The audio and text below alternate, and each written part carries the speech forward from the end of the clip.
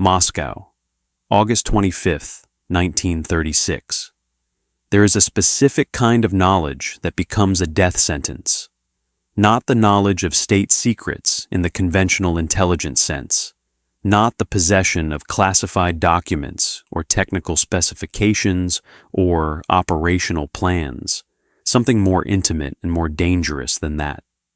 The knowledge of who a person actually is, what they actually said and did and decided in the moments that mattered most, how the reality of their character and their choices differs from the constructed public version that serves as their political identity. In a system built on the careful management of historical narrative, on the control of memory, and the shaping of the past to serve the requirements of the present, the person who possesses this intimate knowledge of the real history is always a potential threat to the official version. Not because they are necessarily planning to use what they know, but because they could, because the knowledge exists in their memory, accessible in principle, impossible to fully control, impossible to make permanently safe, as long as the person carrying it remains alive. Grigory Yevseyevich Zinoviev knew Lenin. Not the Lenin of the official cult, the Lenin of the embalmed body in the mausoleum, and the theoretical texts studied in party schools, and the increasingly simplified ideological icon of Soviet political symbolism. He knew the actual Lenin, the man he had lived alongside in European exile for a decade, whose thinking he had engaged with directly, whose decisions he had been present for, whose private assessments of political situations and political figures he had heard in the conditions of genuine conversation rather than public performance. He knew what Lenin thought about Stalin. He knew it not from the testament alone, not from the formal written record that had been suppressed and managed, and that existed in the controlled archives of the Central Committee. He knew it from years of direct engagement with a man who had spoken his mind with the directness that the emigration environment permitted, who had assessed his colleagues and his comrades with the analytical precision that was his characteristic intellectual mode. He knew things about the early history of the Bolshevik Party, about the decisions made in the years before the revolution, about the specific dynamics of the movement's development, that no archive fully captured, and that he carried in his memory with the specificity of lived experience. He was, in the most literal sense, a primary source for the history of the movement that had made the Soviet state. And in the system that Stalin was building, primary sources were dangerous. On August 25th, 1936, in the basement of the Lubyanka building in Moscow, Grigory Zinoviev is shot. He is 52 years old. He has been a revolutionary for 30 years. He has been one of the most powerful figures in the Soviet state. And he is known for those entire 30 years, and with an intimacy that very few people could claim, the man who made the revolution and built the state that is now killing him. This is the story of what that knowledge was, why it was dangerous, and what was lost when it was silenced. Grigory Zinoviev was born Hirsch Apfelbaum on September the 23rd, 1883, in Elizabethgrad, in what is now Ukraine, into a Jewish family whose circumstances were modest and whose existence was shaped by the specific constraints that the Tsarist system imposed on Jewish life in the Pale of Settlement. He grew up in the specific social world of Russian Jewish provincial life, a world that combined the intellectual aspirations of an educated community with the political exclusions of a system that defined Jewish people as permanently outside the full rights of Russian citizenship. The revolutionary movement offered to young Jewish men and women of Zinoviev's generation something that the Tsarist system never would: the promise of a politics organized around universal human equality rather than ethnic hierarchy, the possibility of contributing to a historical transformation that would end the specific exclusions and the broader injustices of the existing order. It was not simply an abstract ideological attraction. It was a response to the specific material reality of living in a system that defined you as less than fully human. He became politically active in his teens and joined the social democratic movement, encountering the various factions and tendencies that were competing for the allegiance of young Russian revolutionaries in the early years of the 20th century. His encounter with Lenin's Bolshevik faction and his decision to commit himself to it was the defining political choice of his life, the commitment that would shape everything that followed. The relationship with Lenin that developed from this initial encounter became, across the following decade, one of the closest political relationships in the revolutionary movement. Zinoviev followed Lenin into emigration, traveled with him through the European cities that served as the organizational headquarters of the exiled revolutionary movement, shared apartments and working environments with him in Geneva and Paris and Zurich and Krakow. He absorbed Lenin's thinking through the specific intimacy of daily proximity, the kind of knowledge that comes from working alongside someone in the conditions of collaborative intellectual and political labor. He was a capable writer and speaker, contributing to the theoretical and propagandistic work of the Bolshevik movement, with an energy and a facility that made him useful in multiple ways. He was not Lenin's intellectual equal. He had neither the theoretical depth nor the strategic clarity that distinguished Lenin among the revolutionary leadership. But he was a competent Marxist publicist and a skilled political communicator whose abilities served the movement's needs effectively. The decade of emigration, from approximately 1908 to 1917, was the period in which Zinoviev's intimate knowledge of Lenin was most comprehensively accumulated. Living and working alongside Lenin through the years of organizational development and theoretical elaboration, participating in the internal debates of the emigration, traveling with Lenin when travel was required, Zinoviev was positioned to know Lenin with the specificity of genuine daily engagement, rather than the more formal relationship that characterized Lenin's interactions with most of the movement's members. This knowledge included things that were significant precisely because they were not public. Lenin's private assessments of specific political figures, made in the conditions of trusted conversation rather than public statement, were different from and more revealing than his published writings and public speeches. His private doubts and uncertainties, his assessments of his own errors and the errors of others, his thinking about the future direction of the movement, all of these were things that the people closest to him encountered and absorbed in ways that the broader party membership and the historical record could not fully capture.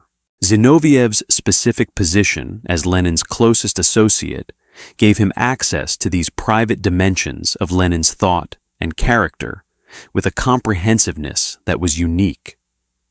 He was not simply observing Lenin from a respectful distance.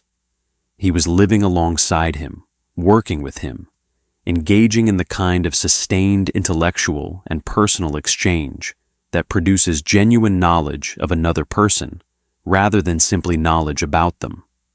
The return to Russia in April 1917, on the famous sealed train that carried Lenin and his associates through Germany from Switzerland to Finland Station in Petrograd, was a journey that Zinoviev made alongside Lenin.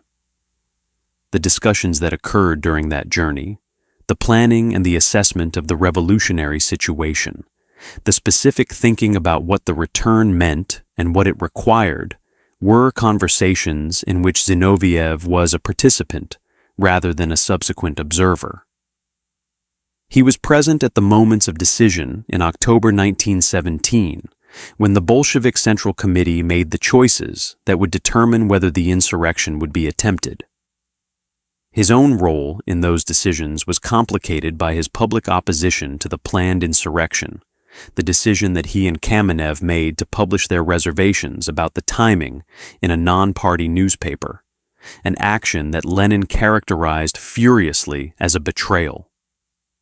The October controversy was the most significant public rupture between Zinoviev and Lenin, and it left a mark on his historical reputation that could not be entirely erased by subsequent events.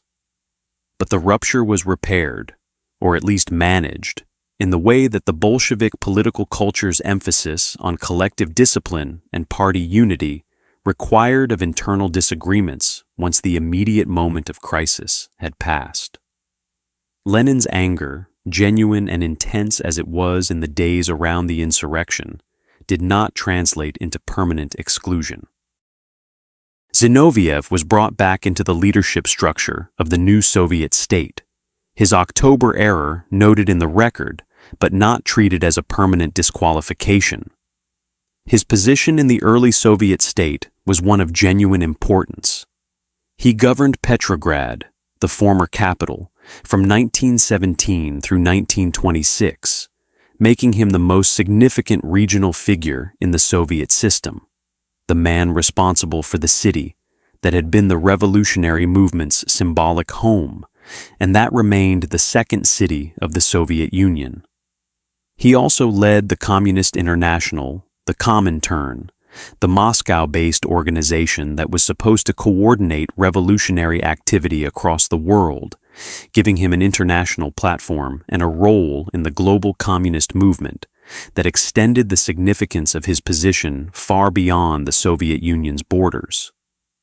These positions gave him institutional power and public visibility, but they also gave him something else: continued access to the inner workings of the Soviet leadership, to the decisions and deliberations that shaped the direction of the party and the state, to the private assessments and the informal discussions that occurred in the circles of the people who were actually governing. His proximity to Lenin continued through the early Soviet years, and the knowledge he accumulated about how the revolutionary state was actually functioning, about the real dynamics of its leadership, about the gap between the public presentation and the private reality, grew with each year of participation. Lenin's declining health from 1922 onward and his death in January 1924 opened the succession question that would define Soviet politics for the rest of the decade. Zinoviev's knowledge of Lenin was, in this context, both a political resource and a political vulnerability. It was a resource because his claim to legitimacy as a successor was supported by the genuine historical relationship with the party's founder, the living memory of the Lenin who had trusted him, worked with him, traveled alongside him. It was a vulnerability because that same knowledge included things that complicated the simplified Lenin of the emerging cult, things that the political environment of the succession struggle made dangerous to hold. He knew what Lenin had said about Stalin, not just what the Testament said, though he knew that too, but what Lenin had said in the conditions of private conversation, in the moments when the analytical precision of Lenin's political judgment operated without the constraints of public expression. He knew the degree of Lenin's concern about Stalin's accumulation of power, the specific quality of Lenin's assessment of Stalin's character, the particular anxiety that had informed the Testament's explicit recommendation that Stalin be removed from the general secretaryship. This knowledge made him dangerous to Stalin in a specific way. He was not simply a political opponent who disagreed with Stalin's policies, though he became that as well. He was a witness, a living primary source for the real history of Lenin's view of Stalin, for the private assessments that the official management of Lenin's legacy was working to suppress or to reshape. As long as Zinoviev was alive and capable of speaking, the full suppression of what Lenin had actually thought about Stalin was impossible to guarantee. His initial response to the succession question was to align with Stalin and Kamenev against Trotsky, forming the triumvirate that dominated Soviet politics in the mid-1920s. The alliance was based on mutual political interest in defeating Trotsky, who was seen by all three as the most formidable potential successor to Lenin, and the figure whose intellectual stature and revolutionary record made him the most threatening competitor. The triumvirate used the party apparatus, which Stalin controlled, to manage the factional contest in their favor. Trotsky was defeated through a combination of political and organizational mechanisms that the triumvirate deployed with considerable effectiveness. His positions were characterized as anti-Leninist deviation. His record was reinterpreted through the lens of his pre-Bolshevik political history. His allies were isolated and marginalized. By the mid-1920s, the political contest was effectively decided in the triumvirate's favor. And then the alliance between its members began to break down in ways that reflected the specific logic of political alliances formed for tactical rather than principled reasons. Zinoviev's growing recognition that Stalin was not simply a political ally, but a political competitor who was using the party apparatus to accumulate a concentration of power that would eventually eliminate the need for any allies, came too late and was acted on too ineffectively to change the political trajectory that was already established. His shift into opposition to Stalin, the formation of the new opposition with Kamenev, and the eventual attempt to ally with Trotsky against Stalin was the reversal that his earlier tactical alignment had made politically impossible to conduct effectively. He had helped to build the mechanisms that Stalin was now using against him. He had contributed to the defeat of Trotsky, the one figure who might have provided effective political resistance to Stalin's consolidation of power. He had made himself, through the logic of his earlier choices, a much weaker opponent than he might have been. The political defeats of 1926 and 1927 consumed the organizational base he had built. He was removed from the leadership of the Comintern, stripped of the governance of Leningrad, expelled from the Politburo, eventually expelled from the party itself. Each step reduced his institutional position and his political leverage. The process of dismantling conducted through the party apparatus mechanisms that Stalin controlled so thoroughly. He capitulated. The recantation that the party required, the public acknowledgement of errors and renunciation of oppositionist positions, was the price of readmission and continued existence within the system. He paid it, as Kamenev paid it, as others before and after them paid it, in the specific Soviet political culture that made submission the condition of continued participation. But submission was not sufficient to make him safe. It never was. The knowledge he carried, the intimate familiarity with Lenin, and with the real history of the party's founding period, the specific memories that complicated the official narrative that Stalin was constructing, these things did not disappear when he submitted. They remained in his memory, inaccessible to Stalin's organizational apparatus, but present in the world as long as Zinoviev was alive. The pattern of expulsion and readmission that characterized his political existence through the late 1920s and early 1930s was a cycle that each iteration deepened the file that the party apparatus was building on him and reduced the political resources he had available for whatever came next. He was expelled, he recanted, he was readmitted, he was expelled again, he recanted again, he was readmitted. The cycle had no stable equilibrium because the system he was navigating had no genuine place for him. Only a series of temporary accommodations that served the system's purposes at each moment. He was given minor positions in the Soviet institutional landscape, far from the centers of power, sufficient to maintain the fiction that repentant oppositionists could be rehabilitated, but insufficient to provide any genuine political standing.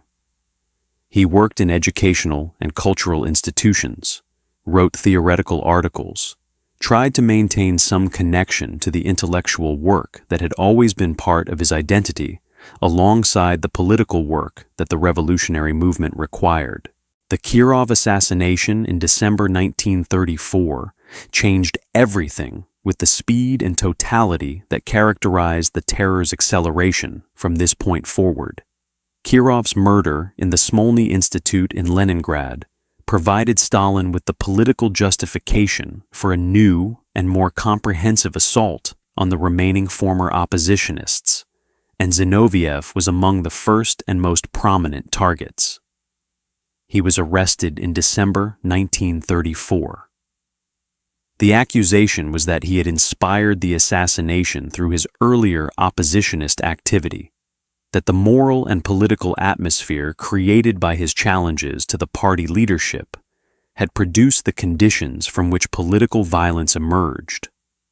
The logic was the Soviet logic of political responsibility, the argument that made criticism of the party line a form of contributory guilt for whatever violence occurred in the political environment that criticism had allegedly helped create. His conviction in January 1935 on counter-revolutionary charges connected to the Kirov assassination, and his sentence of 10 years imprisonment, was not the end of his legal ordeal, but its beginning. The preparation for the August 1936 trial of the 16, the first of the great show trials, involved his removal from prison and the extended process of interrogation and psychological management through which the confession he would deliver in court was constructed.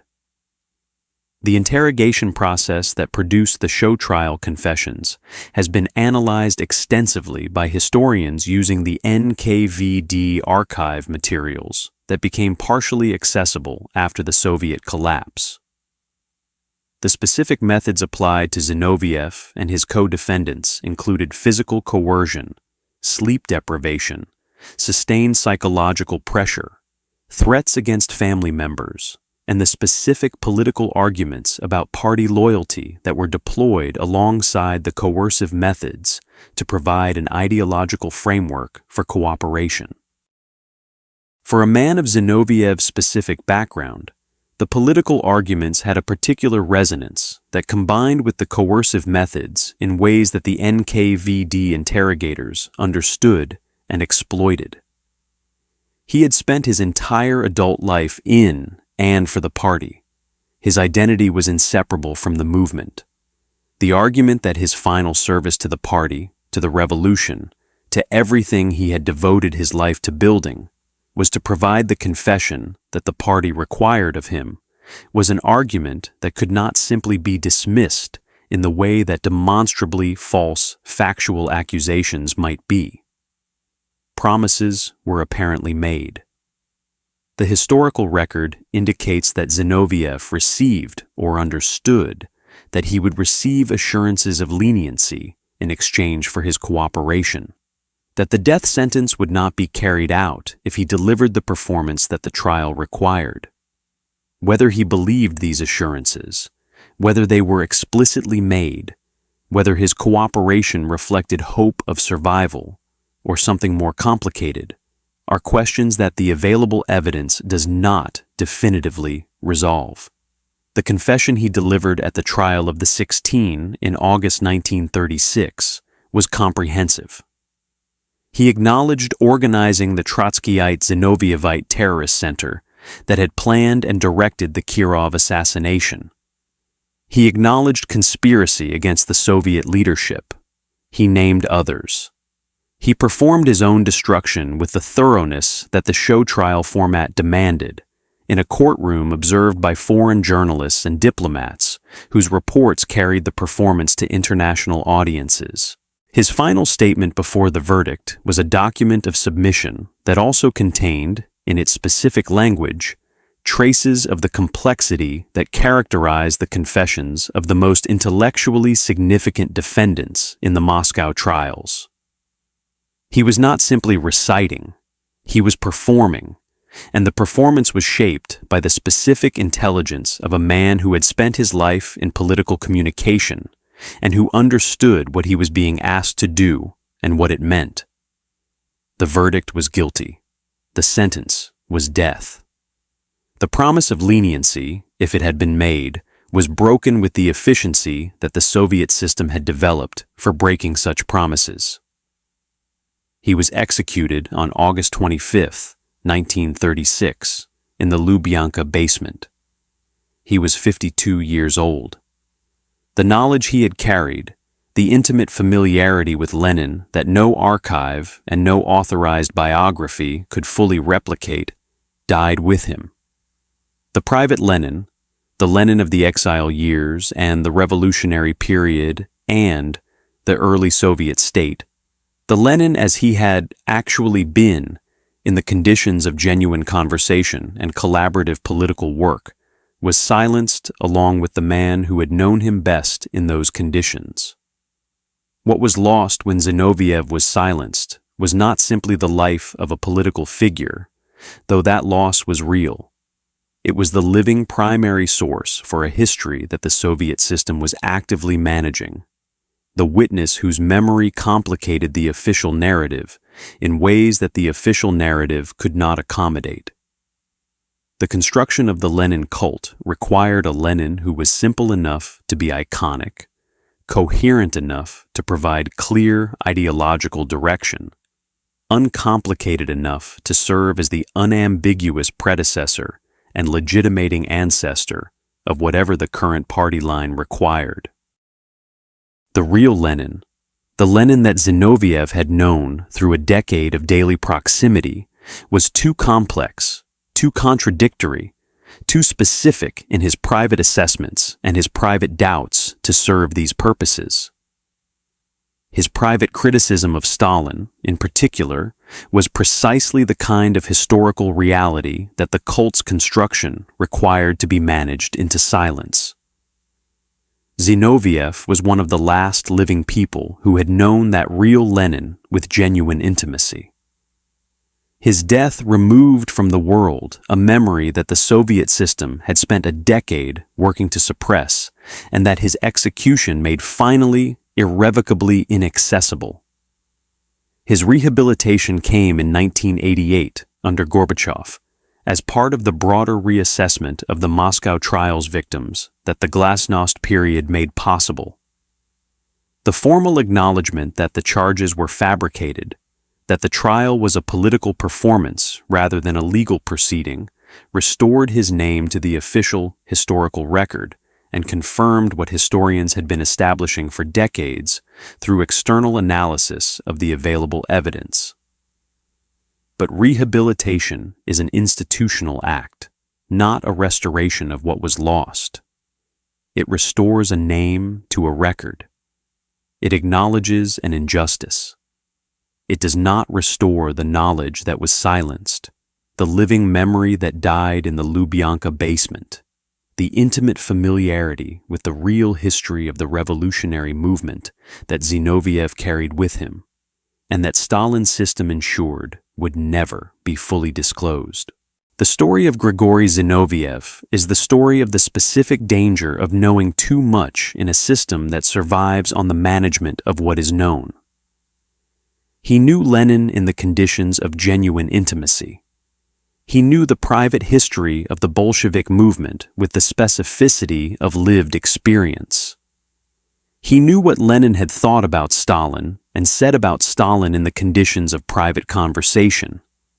He knew the real history that the official history was being constructed over and around, and his existence was the permanent potential threat that what he knew might be said.